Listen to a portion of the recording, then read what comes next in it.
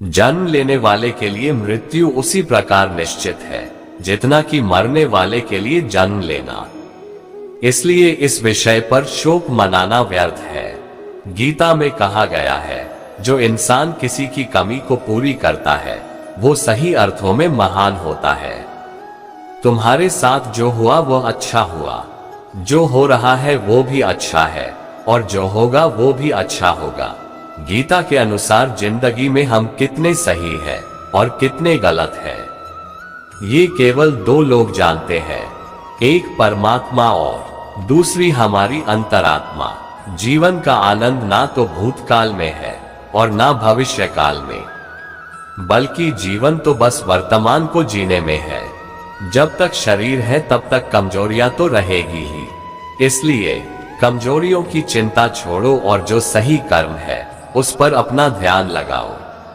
अर्जुन, तुम भला क्यों रोते हो? तुमने जो खोया क्या वो तुमने पैदा किया था?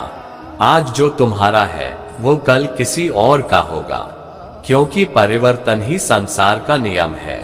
किसी का अच्छा ना कर सको तो बुरा भी मत करना, क्योंकि दुनिया कमजोर है लेकिन दुनिया बनाने वाला नहीं। यदि कोई व्यक्ति विश्वास के साथ इच्छित वस्तु को लेकर नित्य चिंतन करता है तो वह जो चाहे वह बन सकता है। सच्चा धर्म ये है कि जिन बातों को इंसान अपने लिए अच्छा नहीं समझता उन्हें दूसरों के लिए भी प्रयोग ना करे।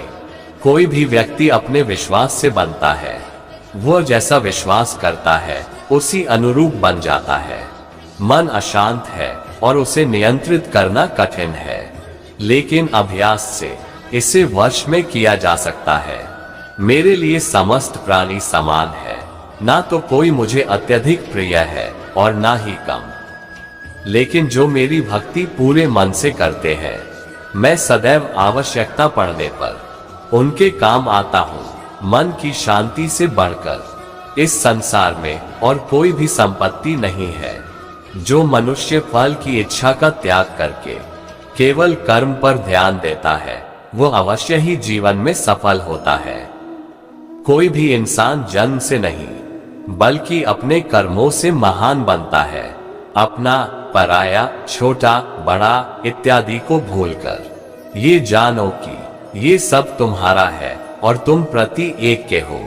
बिना फल की कामनाएं ही सच्चा कर्म है और ईश्वर चरण में हो समर्पण वही केवल धर्म है। जो व्यक्ति क्रोध करता है उसके मन में भ्रम पैदा होता है, जिससे उसका बौद्धिक तर्क नष्ट हो जाता है और तभी व्यक्ति का धीरे धीरे पतन होने लगता है।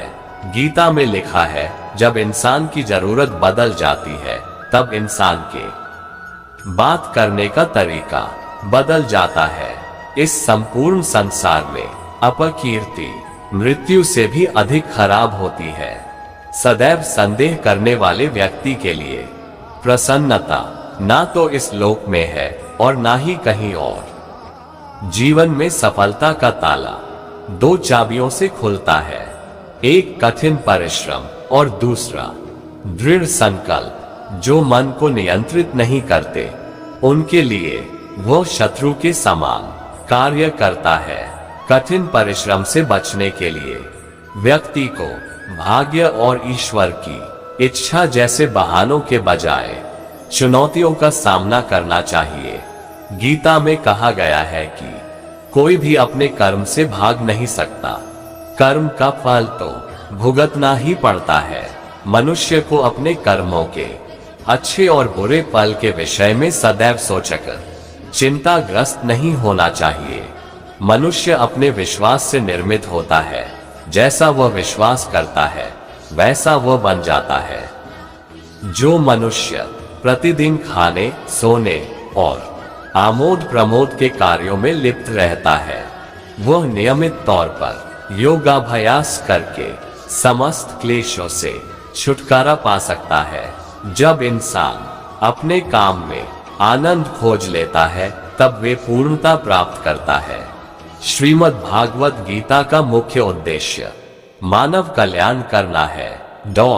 इसलिए प्रत्येक मनुष्य को सदैव मानव कल्याण की ओर अग्रसित रहना चाहिए। जब भ्रमित अर्जुन कुरुक्षेत्र में सलाह के लिए अपने सारथी भगवान कृष्ण के पास गए तो भगवान कृष्ण ने कुछ तर्कसंगत दार्शनिक अवधारणाएं बताए जो आज भी प्रासंगिक है। भगवद गीता एक महाकाव्य ग्रंथ है जिसमें हमारी सभी समस्याओं का उत्तर है। स्वतंत्रता आंदोलन के समय कई नेताओं के लिए ये प्रेरणा की पुस्तक थी। इन कुछ भगवद गीता संदेशों पर एक नजर डालें जिनका उपयोग आप अपने जीवन को सही रास्ते पर वापस लाने के लिए कर सकते हैं। माफ करना और शांत रहना सीखिए जिससे आप एक ऐसी ताकत बन जाओगे कि पहाड़ भी रास्ता देंगे। व्यक्ति को अपनी इंद्रियों को वश में रखने के लिए बुद्धि और मन को नियंत्रित रखना होगा। जो होने वाला है वो होकर ही रहता है और जो नहीं होने वाला वह कभी नहीं होता। ऐसा निश्चय जिनकी बुद्धि में होता है उन्हें चिंता कभी नहीं सताती है। किसी भी व्यक्ति को ना तो समय से पहले और ना ही भाग्य से अधिक कुछ मिलता है, लेकिन उसे सदैव पाने के लिए प्रयत्नशील रहना चाहिए। इंसान हमेशा अपने भाग्य को कोसता है, ये जानते हुए भी कि भाग्य से भी ऊंचा उसका कर्म है जो उसके स्वयं के हाथों में है। व्यक्ति को आत्मज्ञान के माध्यम से संदेह रूपी अज्ञानता को समाप्त करना चाहिए। कृष्ण कहते हैं, मैं उन्हें ज्ञान देता हूं जो सदा मुझसे जुड़े रहते हैं और जो मुझसे प्रेम करते हैं। सत्य कभी दावा नहीं करता कि मैं सत्य हूं, लेकिन झूठ हमेशा दावा करता है कि सिर्फ मैं ही सत्य हूं। परिवर्तन ही संसार का नियम है। समय के साथ संसार में हर चीज परिवर्तन के नियम का पालन करती है। हालांकि मैं भूत, भविष्य और वर्तमान काल के तीनों जीवों को जानता हूं, लेकिन मुझे वास्तव में कोई नहीं जानता है। संयम, सदाचार, स्नेह एवं सेवा, ये गुण सत्संग के बिना नहीं आते। मनुष्य जिस रूप में ईश्वर को याद करता है, ईश्वर भी उसे उसी रूप में दर्शन देते हैं। सज्जन व्यक्तियों को सदैव अच्छा व्यवहार करना चाहिए, क्योंकि इन्हीं के पद चिन्हों पर सामान्य व्यक्ति अपने रास्ते चुनता है। बुद्धिमान व्यक्ति को अपनी चेतना को एकजुट करना चाहिए और पल के लिए इच्छा छोड़ देनी चाहिए। मन अवश्य ही चंचल होता है, लेकिन उसे अभ्यास और वैराग्य के माध्यम से वश में लाया जा सकता है। इंद्रियों की दुनिया में कल्पना सुखों की प्रथम शुरुआत है और अंत भी है, जो दुखों को जन्म देता है। इस संपूर्ण संसार में कोई भी व्यक्ति महान नहीं जन्मा होता है, बल्कि उसके कर्म उसे महान बनाते हैं। जीवन में कभी गुस्सा या क्रोध ना करें, यह आपके जीवन को विध्वंस कर देगा। हे पार्थ, मैंने और तुमने अपने कर्तव्यों को निभाने के लिए ही धरती पर कई अवतार लिए हैं, लेकिन मुझे याद है और तुम्हें नहीं। वासना, क्रोध और लालच नरक के 3 दरवाजे हैं। जो मनुष्य जिस देवता की विश्वास के साथ भक्ति करता है, मैं उस व्यक्ति की उसी देवता में दृढ़ता बढ़ा देता हूं। सभी काम छोड़कर बस भगवान में पूर्ण रूप से समर्पित हो जाओ। मैं तुम्हें सभी पापों से मुक्त कर दूंगा। कर्म करो और फल की चिंता मत करो। ये भगवद गीता का सबसे बुद्धिमान संदेश है। आज हम केवल पैसे, बेहतर घर, कार और सुरक्षित भविष्य के लिए काम कर रहे हैं। हम इतने लक्ष्य चालित हैं कि हम सब कुछ परिणाम के बारे में सोचकर ही करते हैं। यह एक ऐसी चीज है जिससे हमें बचना चाहिए, केवल इसलिए कि यदि अपेक्षाएं पूरी नहीं होती है तो दर्द अवश्यंभावी है। इसलिए काम करते रहें और बदले में कुछ भी उम्मीद न करें। जो व्यक्ति मैं और मेरा इत्यादि की भावना से मुक्त हो जाता है, उसे जीवन में शांति की प्राप्ति होती है। आत्मज्ञान की तलवार से अज्ञान को काटकर अपने हृदय के संदेह अलग कर दो। अनुशासित रहो, उठो और कार्य करो। जिस प्रकार से प्राकृतिक मौसम में बदलाव आता है, ठीक उसी प्रकार से जीवन में भी सुख दुख आता रहता है।